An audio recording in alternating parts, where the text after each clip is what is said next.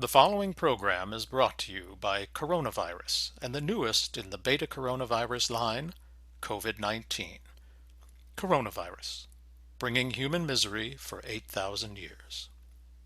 And by the state of Wisconsin's prohibition on gatherings of more than 10 people.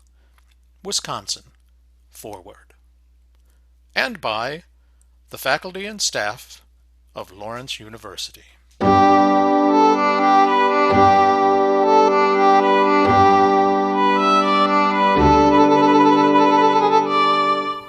Okay, welcome back to Historic Preservation. We're going to be doing Lesson 4 today on the National Historic Preservation Act of 1966. Okay, the National Historic Preservation Act of 1966 established the National Register of Historic Places, and that's a linchpin of historic preservation in the United States. The National Register is a comprehensive list of recognized sites, districts, landscapes of historical importance. And that list is administered through the National Park Service. You can think of this list as something like all of the great places in the United States.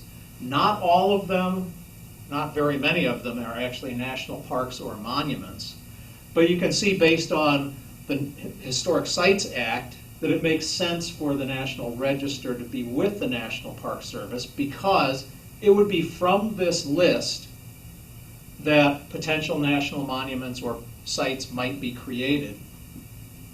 And it's also a list that's very much like the list the National Park Service was supposed to create as part of the Historic Sites Act. So, administration goes to the National Park Service. The National Register does the following things. It provides a list of sites to be reviewed in advance of any federal project. Okay.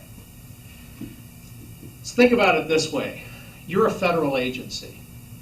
Say a military, you want to build a base, some piece of land. Before you build that, you need to go to the National Register and see if there are any historic sites on that piece of land. If there are, then you need to do what's called mitigate them, and you do that through the Section 106 process. That's Section 106 of the National Historic Preservation Act, and determine what to do. We'll go through all of that later in the course, but basically that whole process is called mitigation, and like I said, we'll go through that later in the course. It's important to note also what federal projects means. The federal government does lots of projects on its own, but it also funds lots of projects. If the federal government is funding or partially funding a project, it's considered a federal project. Projects carried out by organizations that get federal funds or that are supported through federal funds, like Lawrence University, because we get federal grants, students get Pell Grants, those have to go through the same process because those are considered federal projects. So when we do building on Lawrence University campus, we have to look first to see if there's National Register sites and go through a process of mitigating those sites if they're to be damaged. We go through a bigger process, but we'll talk about that. The National Register also identifies private properties that are eligible for certain grants and tax credits. So it's not just about federal properties, and that's one of the interesting things about the National Historic Preservation Act, that it reaches out to private property through the National Register, and actually through the Section 106 process, which we'll get into. Like the Historic Sites Act allowed the National Park Service to look at and identify potential historic sites that would be on private property, the National Register doesn't focus on any property federal, state, private, the entire nation is part of the National Register list. We will talk some more again about the federal grants and tax relief that's available to National Register property owners. They're not really substantial, but they help property owners to maintain their historic properties, and that's what they're designed to do. The National Register also, when it was created, provided for the creation of historic districts, landscapes, areas, waterways. There's a lot of different National Register entities now, and that was all as part of the creation of the National Register. The Historic Sites Act was looking, if you remember it, sites and land and natural places. When that became the National Register, there was a large number of different entities that were created and continue to be created that can be listed on the National Register. Here in Appleton, we have a historic district, and Lawrence University sits in it. It's called the City Park Historic District, and it is on the National Register, despite only one building being itself on the National Register. And that's right, only one building, and that is Main Hall. But the district itself, all of the buildings in the district are listed on the National Register. And the property owners have the same eligibility for grants and tax relief. The National Register, or being listed on the National Register, however, does not stop federal projects from being initiated or completed, for that matter.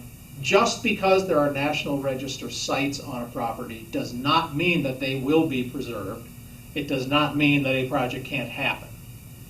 That whole process is the 106 process, which we will talk about, I keep saying. But that is how the project and its completion is, or how it will be completed, is determined. The being listed on the National Register does not restrict the rights of private property owners either. If you own a National Register listed house, you can tear it down if you want to, at least under the National Register.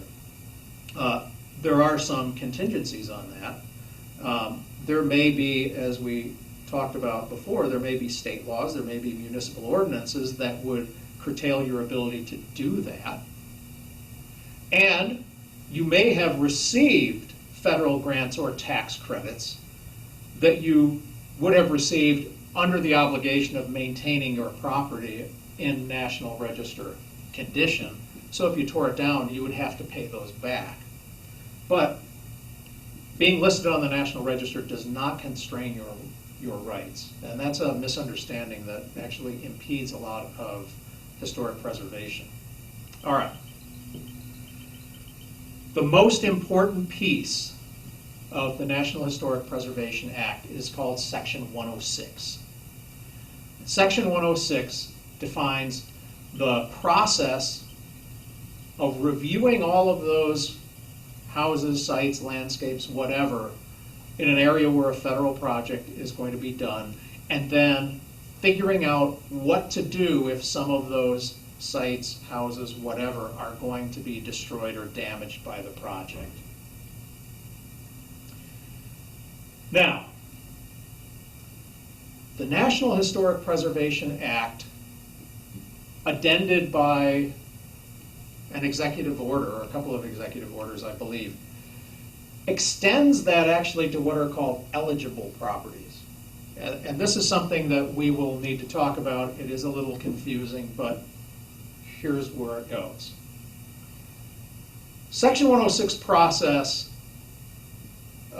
involves somebody, a historic preservation professional, going out to wherever the project is going to be and looking at those buildings, sites, whatever, that are on the National Register already, thinking about how they may be affected, but also doing an inventory or a survey of all the other properties in the area to see if any of them are eligible or might be eligible potentially eligible for listing on the National Register. That's the term, potentially eligible for listing.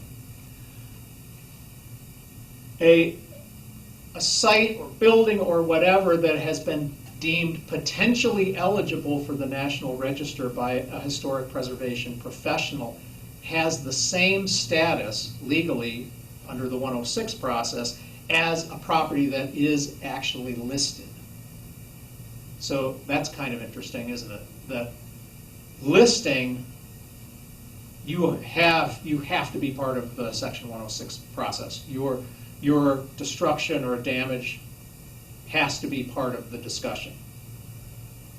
But under the National Historic Preservation Act and Section 106, even properties that are potentially eligible have to be part of that conversation, even though they may not have been fully vetted to see if they should be on the National Register. So that's an interesting part of Section 106 we'll talk about. It's important to note that Section 106 and the National Historic Preservation Act say nothing about preventing federal projects from occurring. All they do is they lay out a process through which the damage to historic properties is mitigated, is lessened, is made as little as possible, as small as possible. But if a federal project is deemed of more importance than the historic sites it will destroy, they'll be destroyed. If a federal project can be altered so that it can be completed and the historic sites can be maintained, that's what will happen. So you might, for example, have a highway go around a historic site. Might be as easy as that instead of cutting through it. There's sometimes, though, that can't be done, and you need to have this federal project done. There's no way to protect or preserve the site, and so then you have to do some mediation of that site, and there's lots of ways to do that. And again, we'll be talking about that. Okay, let's take a short break. Please give your attention to this important public safety announcement. Hello, it's Dr. Budelheimer here. I am back in my lab working very hard on curing the coronavirus. But also, I am sheltering in place. What is this? This means I stay here. I don't go out except to walk meine Hundedogge und to the grocery store und to the drugstore if I need to. Otherwise, I just stay here so that others won't get sick. You should do the same, okay? Auf Wiedersehen. Tschüss, bye-bye. And we are back. Now we're going to talk about some of the entities that were created by the National Historic Preservation Act. One of the main ones are SHPOs, State Historic Preservation Officers. Each state has a SHPO, a State Historic Preservation Officer.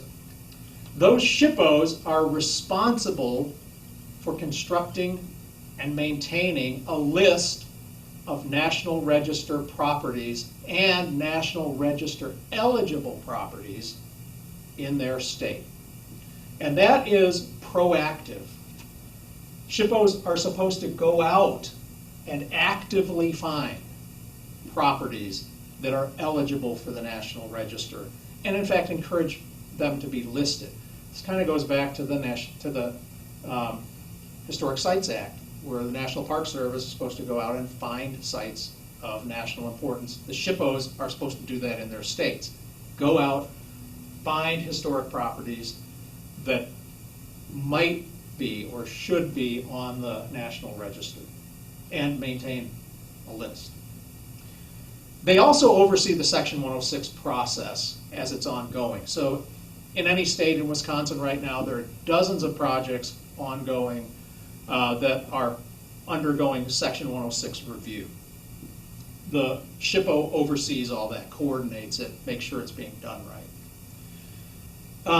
The SHPO also processes National Register applications. So they're going out and identifying National Register eligible properties, and then they're also processing those applications that come in from the property owners. And finally, they are assisting municipalities and CLGs in implementing historic preservation laws and in promoting historic preservation, all those kinds of things. While there is a single state historic preservation officer in each state, this is a lot of work. And so there actually are offices that take care of these things. In Wisconsin, for example, there is a state archaeologist and a state architectural historian who do a lot of, or can coordinate a lot of this stuff for going out and finding things. They also do a lot in terms of overseeing the 106 process out in the field. There are people in the office that do the processing and assisting of CLGs. There's actually a person who maintains the state list. Now let me just show you that. This is part of the Wisconsin State Register. It is all online now. This part for houses is available to the public. There's another site for archaeological sites that the public can't see because we don't want people going out and looting those sites. But I've been having some trouble with brightness of the screen. I hope you can see this, but this is Main Hall at Lawrence University. There's a little picture. And this is the one screen of the state's register. THPOs, Tribal Historic Preservation Officers. These were established in 1992, coming out of another federal law called NAGPRA. Again, we're in acronym land here. The Native American Graves Protection and Repatriation Act. NAGPRA, or out of NAGPRA came THPOs that are essentially parallel in their roles to SHPOs, but only for Native American tribes. Native American tribes are unique entities. These are federally recognized tribes. And there are others that are not federally recognized, but that's a whole different course. Federally recognized Native American tribes are sovereign entities. So they have their own offices for doing many things that federal government does for the rest of us, or state government does for the rest of us. And the THPOs hold that role of SHPOs within the tribes. However, they work with the SHPOs, and they don't have the requirements that SHPOs have. They don't have to construct and maintain a list of historic properties controlled by the tribe. They don't have to process National Register applications. They don't have to do the regulatory stuff that SHPOs in the state have to do.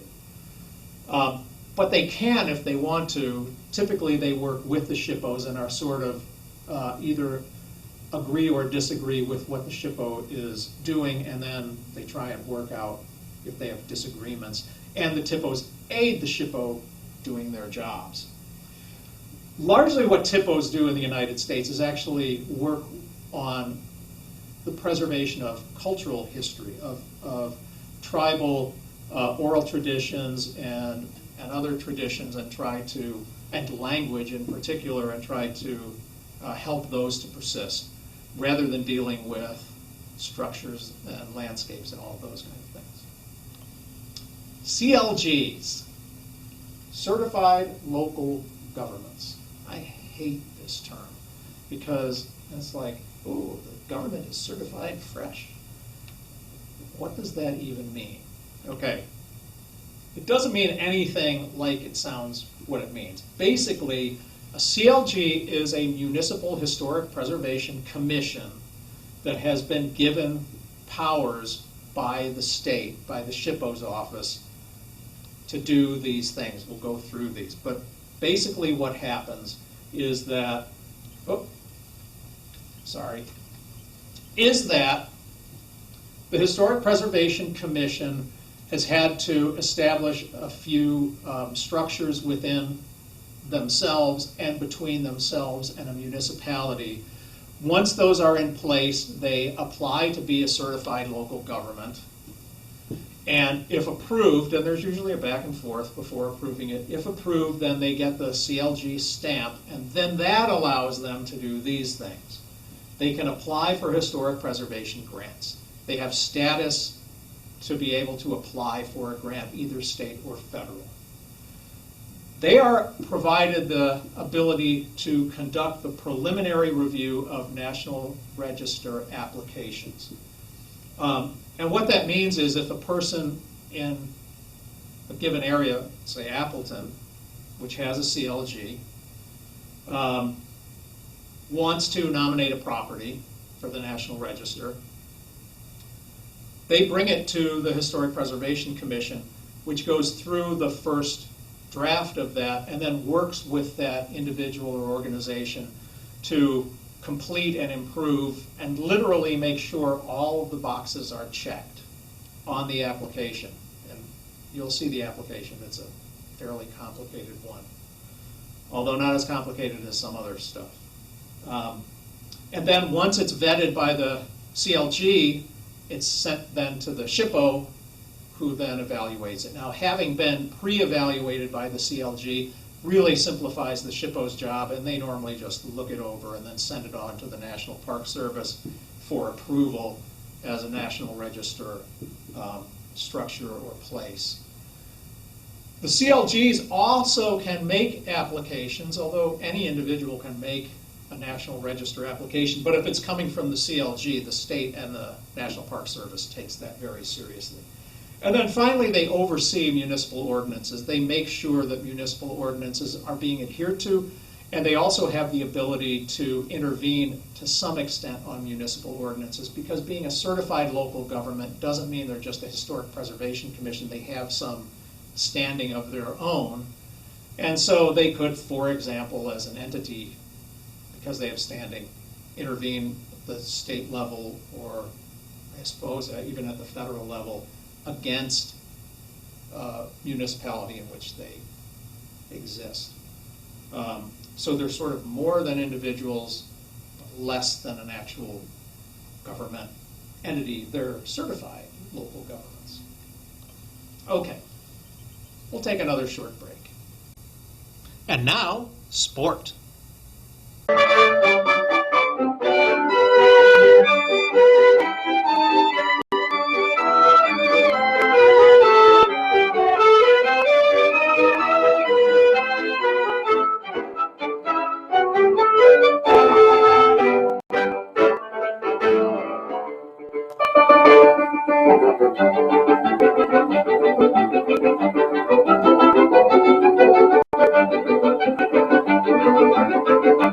Okay, we are back. And what we're going to do now is talk about two strange legal terms that you will often read about in the historic preservation literature, and they seem to not make much sense when you first see them. The first of these is a taking. All right, takings are illegal.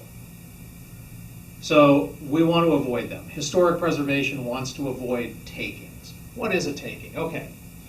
A taking refers to when the government takes something from someone without compensation. And you can see this as having deep roots in the American psyche. It was Britons doing this kind of thing that led to the American Revolution. And so within the American psyche and the American legal system, private property is sacrosanct. The government cannot take your private property. And if somehow it does, you must be compensated for it. That's what a taking is. A taking is when the government takes something and doesn't compensate you for it, and that's illegal. There's been a lot of lawsuits having to do with historic preservation based on the idea of a taking. And you can think of it something like this. You own a house. It's run down, but it's a National Register house and is an important linchpin of a National Register district in your community. You want to tear it down and put up something else.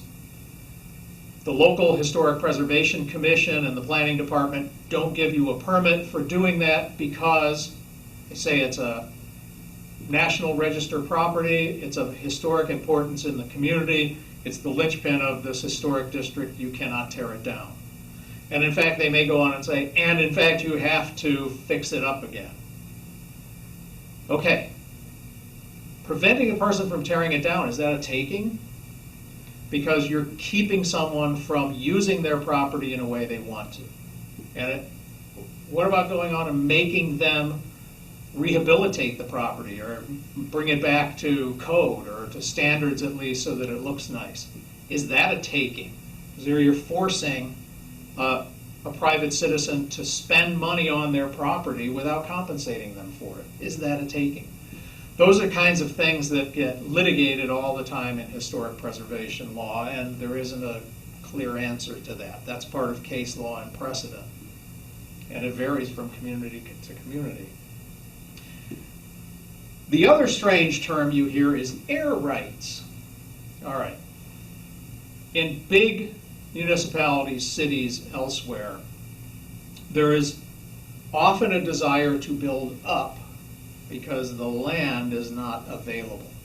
And where there's a big desire to build up, or local ordinances usually cap that. You can only build up so many stories. Okay. In those contexts, the property owner not only owns the land, but also, just like a property owner owns mineral rights for what's below the ground, property owner also owns air rights for what's above the ground. And let's say that a municipal ordinance allows 10 stories to be built. A property owner has a 3-story building. That gives them 7 stories that they're not using. They can take those 7 stories, or the rights to build them, the air rights to build those 7 stories, and give them to someone else, who then can build a 17-story building because they've got their own 10-story rights and another 7 that they bought from this other guy. That sounds really weird, doesn't it? And it does seem weird, but that is what air rights are. Air rights are really important in historic preservation in a variety of ways, but in cities they are extremely valuable. And so one of the ways to maintain a historic property in a big city is to sell the air rights and make millions potentially selling those air rights. The other way is to use the air rights and build something that goes up but is in harmony with whatever the historic property is. And so air rights are a part of a historic property that has to be taken into account. They're a very valuable part of a historic property in urban settings. Okay, we'll see you next time.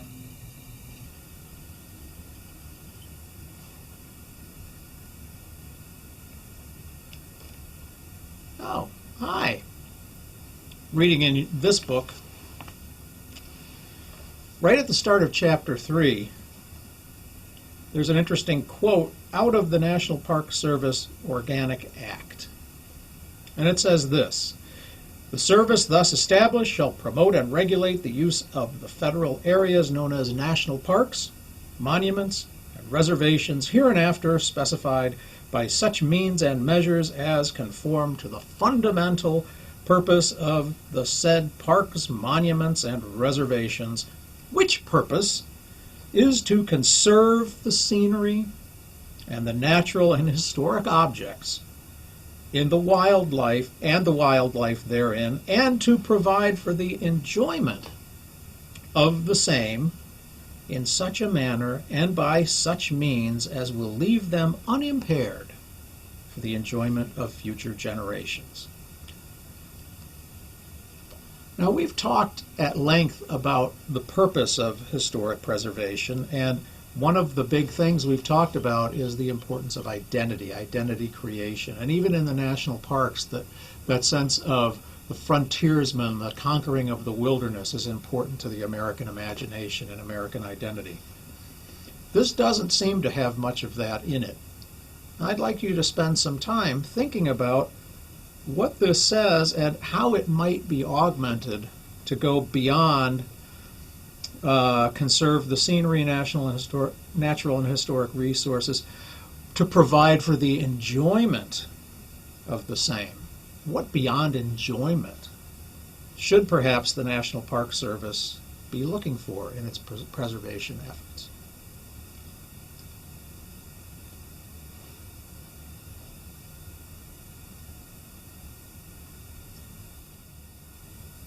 Oh, hello again.